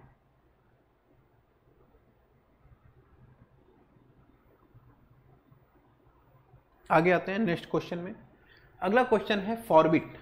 फॉरबिड माने मना करना, मना करना, रिफ्यूज, प्रोहिबिट, ये सब इसके सिनोनिम्स हो जाते हैं। और अपोजिट में आ जाएंगे तो अलाउ हो जाएगा। अलाउ का मतलब अनुमति देना, तो यही अपोजिट होगा इसका। सिंपल वर्ड है। आगे चलते हैं, देखिए सिंपल सिंपल वर्ड्स हैं, बहुत ज़्यादा इसमें हम लोग टाइम वेस्ट नहीं करते हैं, सरल शब्द हैं, आपको भी पता होगा, क्यों आपका समय बर्बाद किया जाए। आप भी एसएससी की तैयारी कर रहे हैं, ऐसे क्वेश्चन तो आपको पता ही होंगे। Seena comes of an affluent family. Seena एक एफ्लुएंट फैमिली से आती है। एफ्लुएंट का मतलब हुआ समृद्ध, प्रॉस्परस, है कि नहीं, रिच, इसका सिनोनिम्स हो जाएगा रिच, प्रॉस्परस, ये सिनोनिम्स हो जाएंगे। और इसका अपोजिट देखेंगे तो अपोजिट क्या हो जाएगा? पुअर फैमिली, गरीब, ये इसका अपोजिट हो जाएगा। Next question, C felt relieved and light. उसने काफी राहत महसूस की और रोशनी महसूस की। ध्यान दीजिएगा, लाइट माने रोशनी भी होता है, लेकिन यहां रोशनी के सेंस में नहीं है। उसने राहत और हल्का महसूस किया after taking the headache medicine. Sir में दर्द हो रहा था, दवा खाने के बाद उसको राहत और बड़ा हल्का महसूस हो रहा था। यहाँ हल्के के सेंस में है, और हल्के के सेंस में इसका अपोजिट लेंगे तो क्या हो जाएगा? हैवी। तो यहाँ लाइट का अपोजिट बनेगा हैवी। एक्सटिंग्विश माने क्या होता है? बुझाना। एक्सटिंग्विश का मतलब क्या होता है? बुझाना, आग इत्यादि को बुझाना एक्सटिंग्विश कहलाता है। चलिए ठीक है, सिंपल वर्ड है, ये सारा आपके साथ डिस्कस किया गया है। आगे आइए, नेक्स्ट क्वेश्चन देखते हैं अगला। He benevolently offered to drop me all the way home after the office party got over in the wee hours of the morning. Morning के वी आवर्स में जब पार्टी, ऑफिस पार्टी ओवर हो गई तो उसने मुझे ऑफर दिया कि मैं आपको आपके घर छोड़ देता हूं, और ये ऑफर उसका कैसा था? बेनिवोलेंटली था। तो सिंपल वर्ड है बेनिवोलेंटली, आपने पढ़ा होगा कई बार। बेनिवोलेंटली का मतलब होता है दयालुता के साथ, है कि नहीं। आंसर में आ जाए, आंसर में क्या क्या दिया है? पहला आंसर है ह्यूमनली। ह्यूमनली का क्या सेंस निकल के आता है? ये देखिए ह्यूमनली, इसका वर्ड हम लोग ह्यूमेन लेते हैं, मूल वर्ड हो गया ह्यूमेन। ह्यूमेन का मतलब होता है शोइंग काइंडनेस, शोइंग काइंडनेस माने दयालुता का प्रदर्शन करना। शोइंग काइंडनेस, दयालुता का प्रदर्शन करना, चाहे लोग हो चाहे जानवर हो, दोनों के प्रति दयालुता दर्शाना, ह्यूमेन, ये एक मानवीय स्वभाव हो गया। तो इस तरीके से बेनिवोलेंट का सिनोनिम्स हो जाएगा, है कि नहीं। बेनिवोलेंट, बेनिवोलेंट का सिनोनिम्स है ये humane, showing kindness towards people or animal, ठीक है। फिर आते हैं सेल्फलेसली। सेल्फलेस, जो सेल्फलेस है माने जो स्वार्थी नहीं है, तो स्वार्थी नहीं तो उदार हो जाएगा, ये भी सिनोनिम्स होगा इसका, सेल्फलेस। टेंडरली, डी आंसर देखिए, टेंडरली, टेंडर में एलवाई लगाया गया है। टेंडर का क्या सेंस निकल के आता है? टेंडर जो वर्ड है इसको अगर हम लोग लिखें, tender, kind, gentle, or loving, तो ये भी कहीं न कहीं सिनोनिम्स है। तो ये सिनोनिम्स हो गए भाई, ध्यान दीजिएगा, ये तीनों सिनोनिम्स हो गए एक दूसरे के, और हो गए बेनिवोलेंटली के, इसके भी सिनोनिम्स हो गए।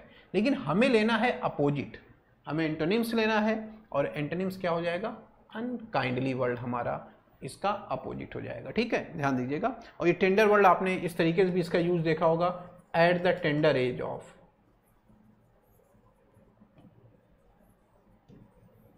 तो टेंडर एज का मतलब कम उम्र में। आगे आइए, नेक्स्ट आगे लिखा हुआ है प्राइड। प्राइड माने गर्व, है कि नहीं। प्राइड जो वर्ड है वो कहीं न कहीं गर्व को दर्शाता है, घमंड को दर्शाता है, और घमंड के अपोजिट में आएंगे मॉडेस्टी, जो घमंड में नहीं है, उदार विचारों का है। तो प्राइड का अपोजिट, गर्व का, अभिमान का अपोजिट क्या हो जाएगा? मॉडेस्टी, यही इसका अपोजिट वर्ड बनेगा, जो सरल स्वभाव का, जिसके अंदर बहुत ज़्यादा अपनी चीज़ों को लेकर के, अपने क्वालिटीज़ को लेकर के गर्व नहीं है, सरल स्वभाव का है, बहुत कुछ होने के बावजूद भी दिखावा नहीं करता है, मॉडेस्ट नेचर का ऐसा व्यक्ति होगा, और उसकी उस क्वालिटी को मॉडेस्टी, सरलता हम लोग बोल सकते हैं, है कि नहीं, सरलता, ये जिसमें दिखावापन नहीं है, और ये गर्व या अभिमान हो जाएगा। नेक्स्ट आए सनी। सनी का मतलब जब सूर्य निकला हुआ है आकाश में, आपको सूर्य दिखाई पड़ रहा है, आज जैसे आजकल आप देख रहे होंगे बारिश का सीजन चल रहा है, तो अगर मौसम खुला हुआ है, सूर्य दिख रहा है, तो सनी हो गया। और उसका अपोजिट में आ जाए कि भाई मौसम हमें जो है उसमें सूर्य नहीं दिख रहा है, तो बादल दिखाई देंगे, तो इस तरीके से जो मौसम सनी है उसका अपोजिट क्या हो जाएगा? क्लाउडी, माने बादल से घिरा हुआ। इंथुजियास्टिक, इंथुजियास्टिक का मतलब हो जाएगा उत्साही, किसी काम को करने वाला, और उत्साही अगर किसी काम को करने वाला है तो अब ऑप्शन में आते हैं, देखते हैं क्या क्या ऑप्शन दिए गए हैं। पहला ऑप्शन क्या है? एपेथेटिक। एपेथेटिक का क्या सेंस निकल के आएगा? किसी चीज में बहुत ही ज्यादा दुखी, निराश, इस टाइप का दयनीय स्थिति वाला एपेथेटिक कंडीशंस हो जाती। तो एपेथेटिक का मतलब हो जाएगा दुखी, निराश, जो उत्साही नहीं है, जो थोड़ा सा सुस्त टाइप का है, निराश है। और इंथुजियास्टिक आपका उत्साही हो जाएगा। करेजियस कहीं कहीं साहसी, जान ही रहे हैं। डेस्परेट, बड़ा अच्छा वर्ड है डेस्परेट। डेस्परेट का भी मतलब होता है किसी काम को करने में बहुत ज़्यादा उत्साह प्रदर्शित करने वाला। ये भी आप कह सकते हैं कि सिनोनिम्स है किसका, बताइए। डेस्परेट किसका सिनोनिम्स है? इंथुजियास्टिक का। फेनेटिक कट्टर होता है, आपको पता ही है, फेनेटिक कट्टर। तो इस हिसाब से इंथुजियास्टिक का सिनोनिम्स क्या हो जाएगा? एपेथेटिक। आगे आइए नेक्स्ट, रिट्रीट। अगला जो वर्ड हमारा है रिट्रीट है।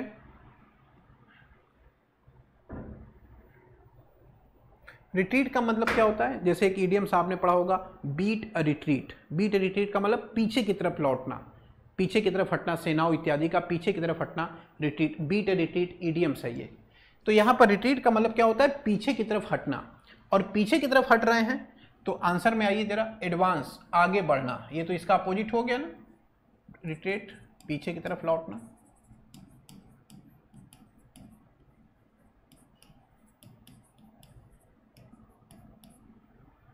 विड्रॉ वापस ले लेना, डिस्ट्रक्ट विनाश करना, डिसऑनर किसी का सम्मान न करना, किसी का अपमान करना। डिस्ट्रक्ट विनाश करना, जान ही रहे हैं। तो यहां पर यही इसका अपोजिट बनेगा, एडवांस। आगे बढ़ते हैं। The furniture displayed a wonderful combination of elegance and practicality. ये जो फर्नीचर था उसने प्रदर्शित किया एक बहुत ही बेहतरीन कॉम्बिनेशन, किसका किसका? Elegance and practicality. प्रैक्टिकलिटी माने व्यवहारिता, एलिगेंस माने देखने में बहुत भव्य या शानदार। जो जैसे कोई मेज है, टेबल है, चेयर, कुछ भी फर्नीचर देखने में बड़ा अच्छा लग रहा है, एक बहुत ही क्वालिटी का और बहुत ही शानदार, चीप नहीं लग रहा है, बहुत भव्य लग रहा है, वो एलिगेंस कहलाएगा। तो माने जिसमें भव्यता, बहुत चमक, एक देखने में अपने आप में अच्छा लग रहा है। तो मैग्निफिसेंस, भव्य, ये इसका सिनोनिम्स है कहीं कहीं। ग्लोरी भी कहीं कहीं यस सिनोनिम्स है। लेकिन अगर हमें अपोजिट लेना है तो देखिए, ग्रेस, ग्रेस तो सिनोनिम्स था, लेकिन ग्रेसलेस करने पे अपोजिट हो गया और ग्रेसलेसनेस उसका नाउन बनाया गया।